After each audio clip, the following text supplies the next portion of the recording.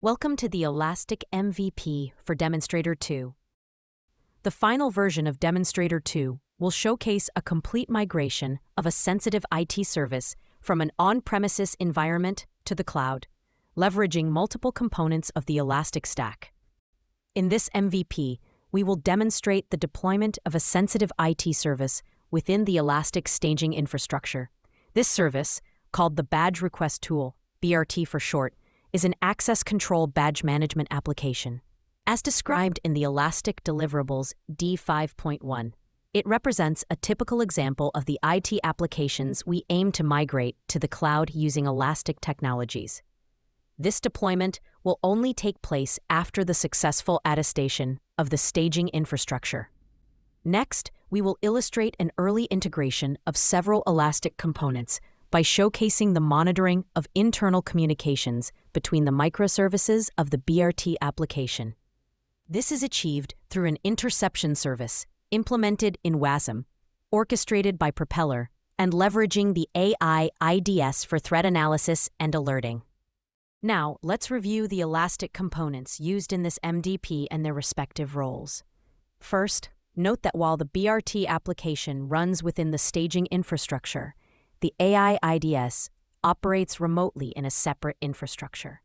The first component is the TEE Software Management Agent, whose primary role is to handle platform attestation. The second component is the Propeller Orchestrator, responsible for managing all the WASM workloads running in the staging infrastructure.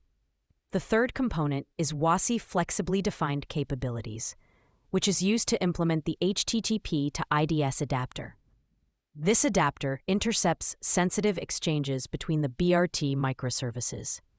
Finally, these intercepted communications are sent to the last component, the AI IDS service running in the second infrastructure, which performs threat analysis and alerting. To run this MVP, we need a few additional roles and components. For example, since the BRT application does not run as a WASM microservice, we require orchestration for non-WASM workloads. For this, we are using Docker and Docker Compose. Next, all payloads must be stored before deployment. To achieve this, we use an OCI-compatible registry, such as GitHub Container Registry. Of course, we also need the BRT application, provided as containerized microservices, following a traditional three-tier architecture. Finally, we need a way to deploy these non-WASM workloads after platform attestation. For this purpose, we use a custom development called DPM, Deployment Service. Consequently, separate orchestration flows have been implemented for WASM and non-WASM payloads. Propeller will be responsible for orchestrating the WASM workloads, while Docker will handle the orchestration of non-WASM workloads. Let's now take a closer look at the deployment of the Badge Request Tool using the DPM, Deployment Service. As explained in Deliverable D5.1, the persona responsible for the cloud migration is the Cloud Transformation Team. This team connects to the staging infrastructure through an SSH proxy, using a predefined SSH key. Next, the DPM performs an attestation of the staging infrastructure. During this process, a new public key is injected. Its value is hashed with a challenge controlled by the DPM and used as user data within the TDX quote. The attestation report is generated by TDX and then verified by the DPM. If the verification succeeds, it guarantees that the staging infrastructure is running in TDX mode and is in the expected state, validated against reference golden values. Thanks to the key injected during attestation and bound to the attestation, we can now reconnect using this new P, ensuring we are connecting to the same infrastructure we just attested. Finally, the DPM proceeds with the deployment of the BRT application. Now let's take a look at the DPM and the workflow for deploying non-WASM payloads. Here, we can see the different infrastructures already configured. Most importantly, the UVC server, which serves as the staging infrastructure where we will deploy, and the GitHub Container Registry, where the artifacts are stored. Next, let's open the Docker Management panel to check what is already deployed in the staging infrastructure. We can see the Propeller OCI images, as well as the running Propeller containers. Finally, in the registry, we can see the artifacts of the BRT application ready to be deployed. Now let's create our deployment for the BRT application.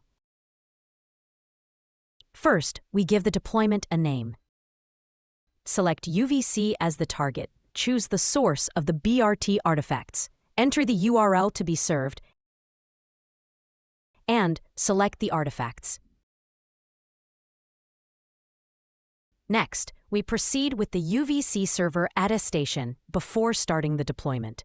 This step also injects a new SSH public key that will be used for the deployment. Here, we can see that all stages of the attestation protocol were successful, and we can review the attestation report. These reports are always accessible for later verification. Finally, we copy the value of the SSH public key to confirm that it was successfully provisioned on the UVC server. This step is for demonstration purposes only. Let's connect to the UVC staging infrastructure. Even if this is days later, as we do not reattest the infrastructure, the key remains the same. Now, let's compare the public key values we copied earlier. And here we have a match. Now we are ready to deploy the BRT application. Let's look at the artifacts being deployed live.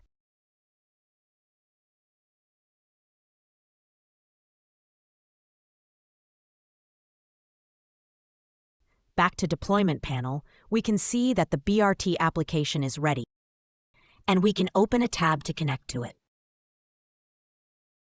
Now let's take a closer look at the monitoring of BRT microservices using the integration of Elastic components. The personas involved are the BRT users, who will connect using attested SSH keys through an SSH proxy to the staging infrastructure. Once connected, they will access and use the BRT application. Sensitive exchanges between the microservices will be intercepted and sent to the AI IDS service for analysis and alerting. To demonstrate the monitoring of BRT microservice exchanges, we will connect as a badge manager.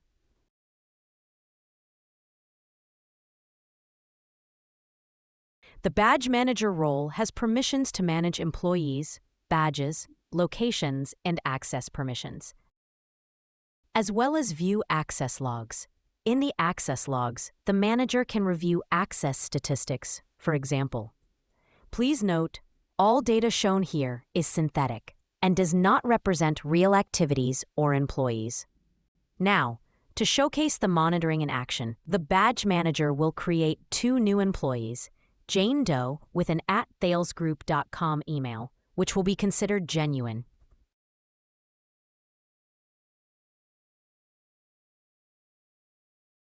John Doe with an @elastic.com email, which will be considered suspicious.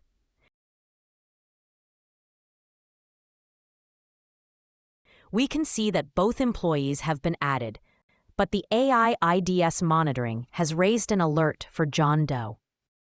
This concludes the Elastic MVP for Demonstrator 2, an initial integration of Elastic components, paving the way for a migration solution that moves sensitive IT services from on-premises environments to the cloud.